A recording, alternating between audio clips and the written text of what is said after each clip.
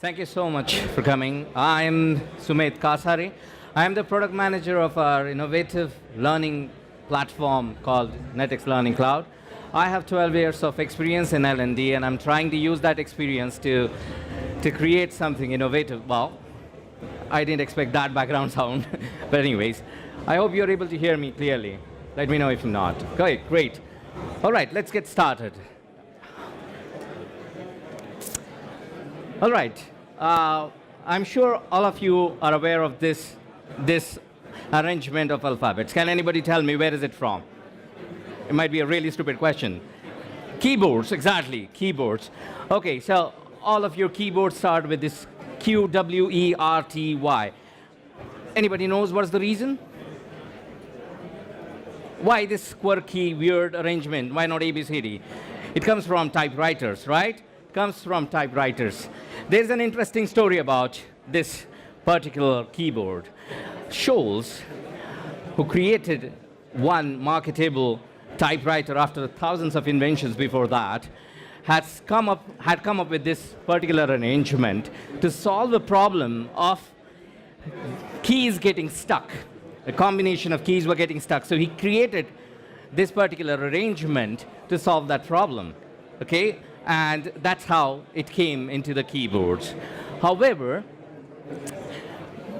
it was 140 years ago that this kind of keyboards were created. Why are we still using these keyboards? Is anybody of you using typewriters still? I mean, for your own purpose. I mean, if you're a writer, you love typewriters, that's another thing. But are you really using typewriters? No. Are you planning to use typewriters? I'm not sure, at least not in your workspace, for sure. Right, so why do we still use this weird arrangement? What's the reason? The reason is very simple. We got used to it.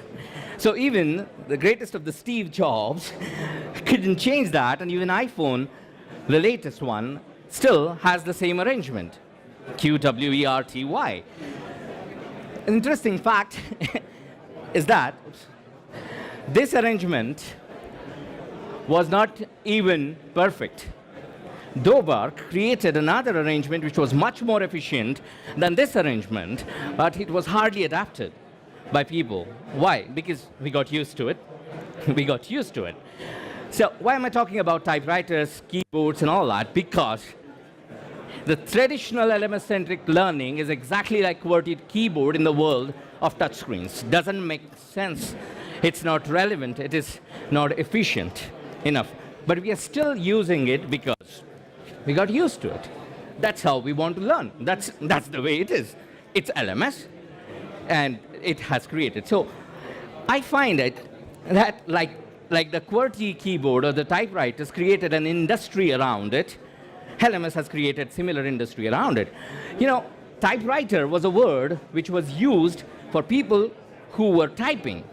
It was not the device, it was the people who was using it. So it created jobs like typewriters, stenographers, right? People used to take dictations. So the bosses used to have a stenographer who will dictate something, and the stenographer will write it in shorthands and go back and type it out, because there was not a user-friendly tool for the managers to type themselves, right? So in the same fashion, LMS has created an industry around it.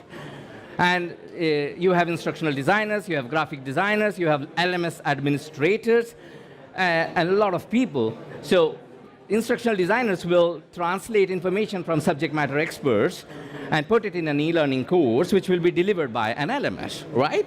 So all our learning strategies, all our content design, all our course structure was shaped by one thing, that is LMS, right? And still, it is being shaped by these things, that is an LMS. Now, learning management system was a technology to deliver content online, and it was quite disruptive at that time, almost a decade back, right? It was quite disruptive. It was cost-saving. It was possible to deliver content online, crossing all the geographical barriers. The problem is that it still stayed there.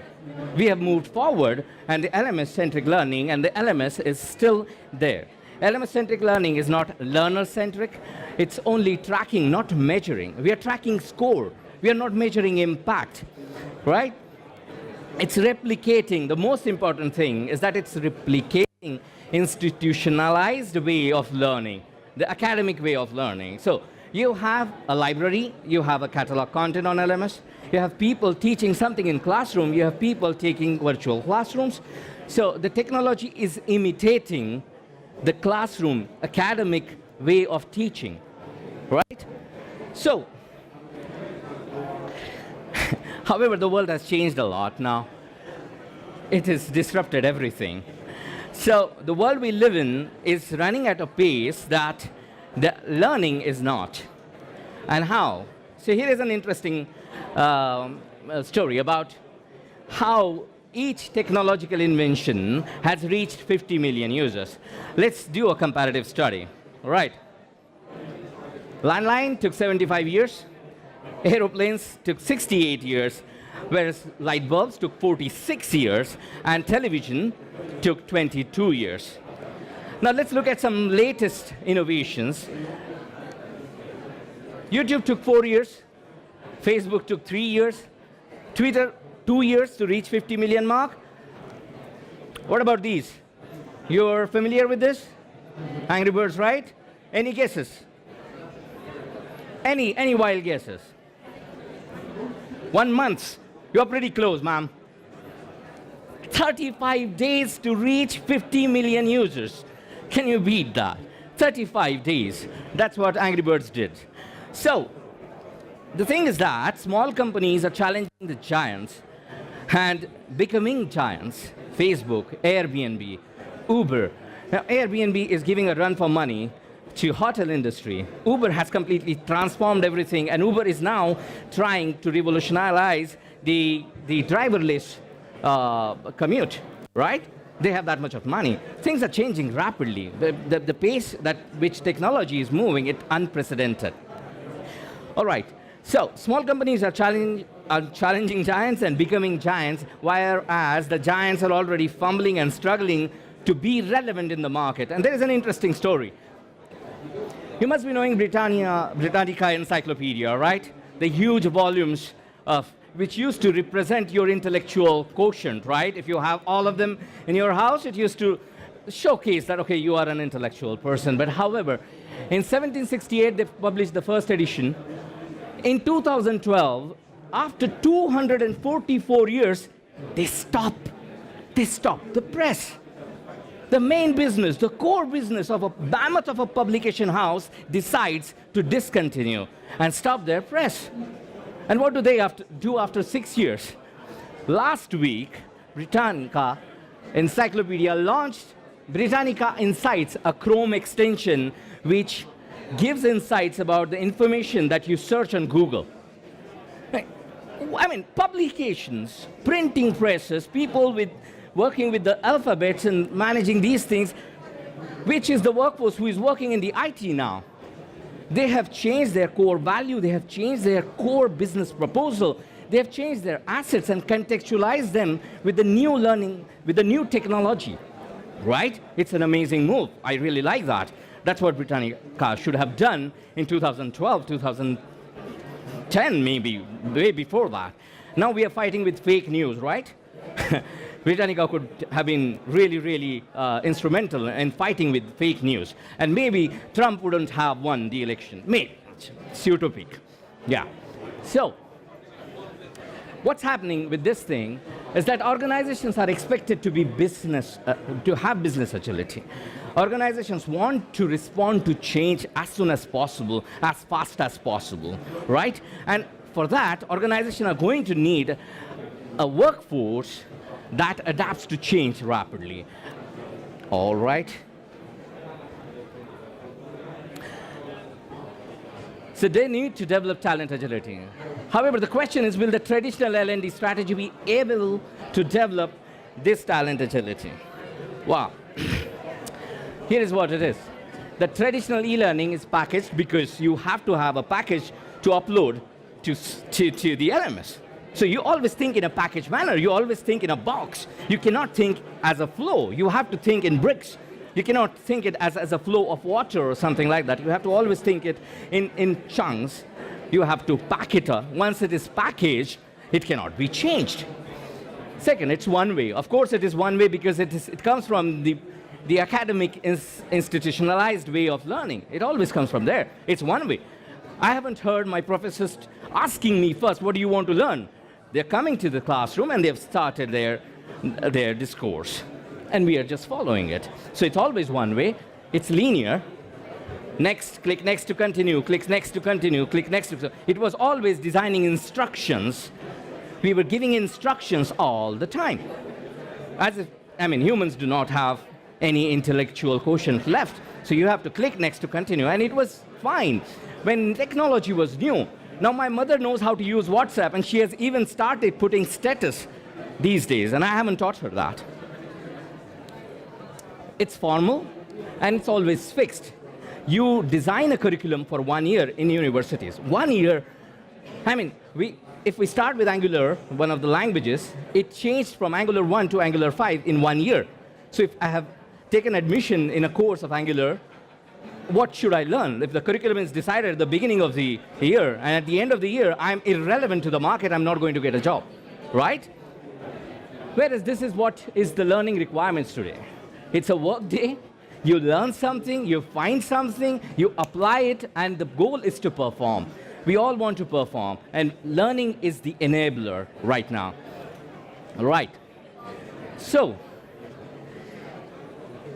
these are certain challenges. If you want to go beyond the LMS-centric learning, these are certain challenges of this world today. Changing business requirements, explosion of information, half-life of knowledge. Knowledge is changing really fast. Here is the most important thing, to bring the agility to L&D. And this is what L&D needs to consider. 3 aspects of learning in an organization. Individuals. Individuals are learning. They are self-motivated. They want to learn to make to work and make their own career better, right? So it's need-based. It's multiple source discovery. That's important. It's not one source, it's not one LMS. Nobody's going to go to an LMS to find how to add a filter in an Excel file. They're going to either ask a friend, they're going to Google it, and just work towards it. Imagine going to an LMS and finding that information. It's impossible. It's experiential. Whatever I learn, I know it. I learn on the job. It's self-paced. I learn on my pace. Then there is a community of practice around you. There are friends, there are communities, there are blogs, there are forums where you learn these things. So it's experiential, it's social, most important thing. It's social. You can just put how to on a YouTube video and you will find the craziest things possible. Like for example, how to clean hazelnut syrup from the keyboards of my MacBook. It's a crazy stuff, but people have gone through it, people have experienced it, and they have spilled the hazelnut syrup on their keyboard somewhere in this world, and you are able to find some information like that. It's collaborative. You put one information and there is a comment section which is being populated by other people who are experiencing the same things, and you keep getting the updated information. It's relevant. The most important thing in the community of practice is the most relevant information that I need. And thirdly, the most important thing is that it cannot happen without a culture of learning in an organization. So L&D cannot work in an isolation. The whole culture needs to take care of that. So an organization where learning is valued, which promotes growth mindset, and meta-learning. Meta-learning is learning the skills to learn. Where do I learn from? And that's where the L&D needs to play an important role in continuous learning, lifelong learning. Right. So this is what Learning Cloud Play does. How we bring agility to L&D. These are the most important things that we do. With our platform, we are trying to decentralize the L&D. L&D need not be the academy of an organization. L&D needs to harness the expertise of people instead of being the vendor of learning. Improve through iterations. Learning need not be a packaged way. It can be still a flow. It can be improved continuously. And for that, you need constant feedback. So that's really important. Harnessing informal learning, measuring impact. We have been tracking scores, but we are not tracking impact. We need actionable information to do that, and creating culture of learning. And here is, we call our learning units sprints. We do not call them lessons. We do not call them modules. We do not call them chapters. We hate chapters. Because as a kid, I hated them. Chapter 1, paragraph 1, and you are learning history. How can history be packed in chapters? It's impossible. So we have a very skewed sense of history because of that, at least we Indians, definitely. All right. So we call our learning unit sprints. Sprints is a terminology that comes from sports, of course, but from Agile, right? So what is a sprint? Sprint is basically a time-framed, a time-boxed development with a focused objective, okay, which is communicated, most importantly, to all stakeholders of that development. All right? So if you have people who are onboarding, if the L&D department doesn't create the course, is not updated, the onboarding happens after 9 months of the person joining it. Once he gets that email that, okay, you have to complete the onboarding. Yes, but I'm here, and it's been 9 months. Yes, but you have to complete it because we have to put it in the reports. All right, so I already know, and I do next, and complete it. That's all. These are the problems that I have faced as an L&D person, so you might have also seen these kind of things. So learning sprints are basically these time-boxed learning units that you create based on the relevance of and the requirement at that moment. So you can create a sprint of 2 weeks, or even 2 days, or even 10 days. Get a focused approach towards it, and get all the people involved in it. When there is a timeline, like 2 days are left to complete something, it's human tendency to get the thing done, right? So that's how we work on these learning sprints. All right, next thing, so to decentralize learning, how do we, the biggest challenge L&Ds face today is that the number of people in an L&D are limited. You need more people. Why not use the managers whom people consider the most useful coach or mentor? 58% of employees think that these are the people who are the most relevant people, who give them coaching and mentoring. Use them. But you cannot ask a manager to use learning management system, right? It's difficult to manage that. However, I'm going to show you how easy it is to create something as a sprint.